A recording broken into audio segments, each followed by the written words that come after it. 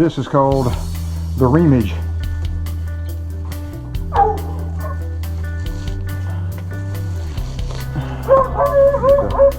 Get this tail cut through. Come on, baby. That's very sick. Anything that dulls my knife out was cutting his tail. Look at you. Well, I always cut around all the way around the back. A lot of subscribers have asked me what am I talking about when I say canning meat. This is off of two good-sized deer. A big doe I killed on the Davis farm and the spike buck that I killed on the dog drive last Saturday. We end up with about that much canning meat or stew meat. It's the same thing. We take our stew meat and we can it. That's some pretty stuff right there. Okay, me and Miss Joanne are gonna show you how we do it. We're using 1 quart jars canning today. You can use the smaller ones, but we prefer the 1 quart jars. It just seems to work better and easier to get into our canner or our pasteurizer. Okay, Miss Joanne is gonna stuff this meat in there. Now a lot of moisture, or a good bit of moisture, is gonna come out of the meat anyway. Get it in there just about full. Now it's gonna shrink a good bit whenever it goes in there. So you get it about full. Yep.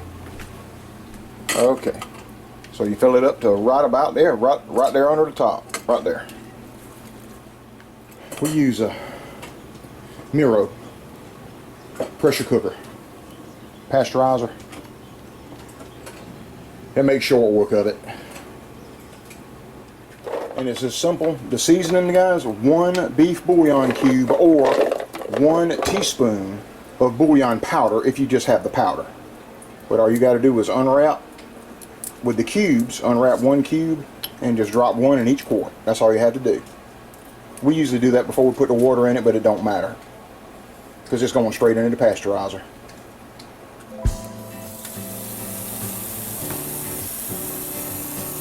Just cold water right out the tap. Just kind of however you want to do it. We try to add water to, where was it, just below the curve. Just below the curve right here is where we add the water, because this meat's going to produce its own broth. It's going to cook out of the meat. So I mean, it's not an exact science, guys, but that's where we try to keep it. And the water will work its way on down in there into the meat. And we can get 7 here in this cooker, but we got 8 quarts, so we're going to do 4 and 4 to keep it balanced out. Yeah, what was that you said, honey? Some of the meat at the end is going to be sticking out of the broth and sometimes, but it's okay. Yes, it is okay. Fine. It's going to be just fine, even if some of the meat is sticking up out of the water when it's all done with the pasteurization process. I'd rather not overflow it, so yeah. It may seem too simple, guys, but it's just that simple, and it's really, really good. Then it's a matter of just getting the seals and getting the lids put in the rings. What do we use? Walmart's brand, don't we? Whatever the store brand is. yeah. It'll be Mainstay. Yeah, we use the Walmart's brand of Mainstay. Yep. Yep, they work just fine. We don't hardly ever have any of them fail.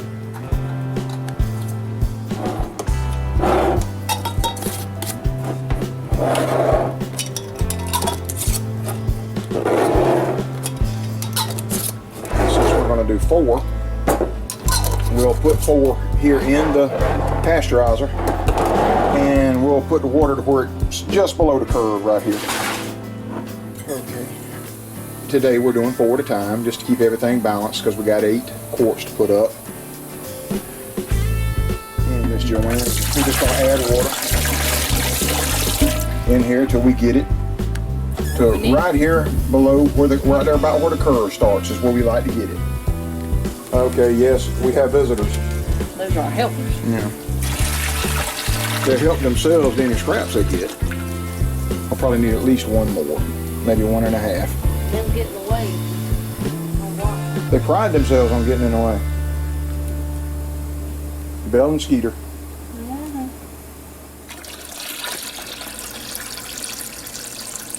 That's perfect. All right, we turn the stove on high. We got electric stove here. Turn the stove on high. I'm gonna lid this thing. I use the 10-pound. I use the 10-pound setting on the rocker. We set that down onto the spout. So we pressurize it at 10 pounds. Whenever it comes up to temperature and it starts rocking, we set the timer and let it go for 45 minutes. Okay. On 10 pounds. And it's just a matter of letting it come up to temp till it starts rocking. And then we'll set the timer for 45 minutes. Whenever it starts rocking, folks, I set the timer at 45 minutes. And we turn it down to medium heat. I turn it between 5 and 6 on our stove. That will continue to rock and go for 45 minutes. Clock is running. And after 45 minutes is up, we kill the heat. And after about 10 minutes, 10 to 15 minutes after we kill the heat, Miss Joanne removes the rocker. And lets the pressure bleed down. When all that pressure bleeds down, the top will unlock. The safety catches on it will unlock when the pressure goes down, and we'll take them out. And throw the other ones in and start the process over again. Okay. All right. After about 20 or so minutes, Miss Joanne is able to remove the lid. So it's still cooking. But I'm gonna get it over here and get it set on the table. Just set it on, she sets it on a towel on the dinner table and sets them out there to let them cool.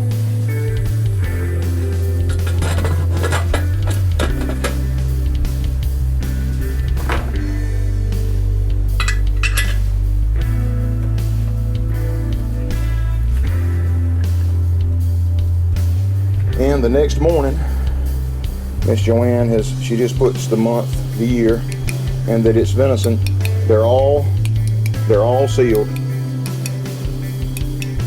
Hear it tight. They all 8 sealed up. And that's some good eating right there, folks. That's how we do it.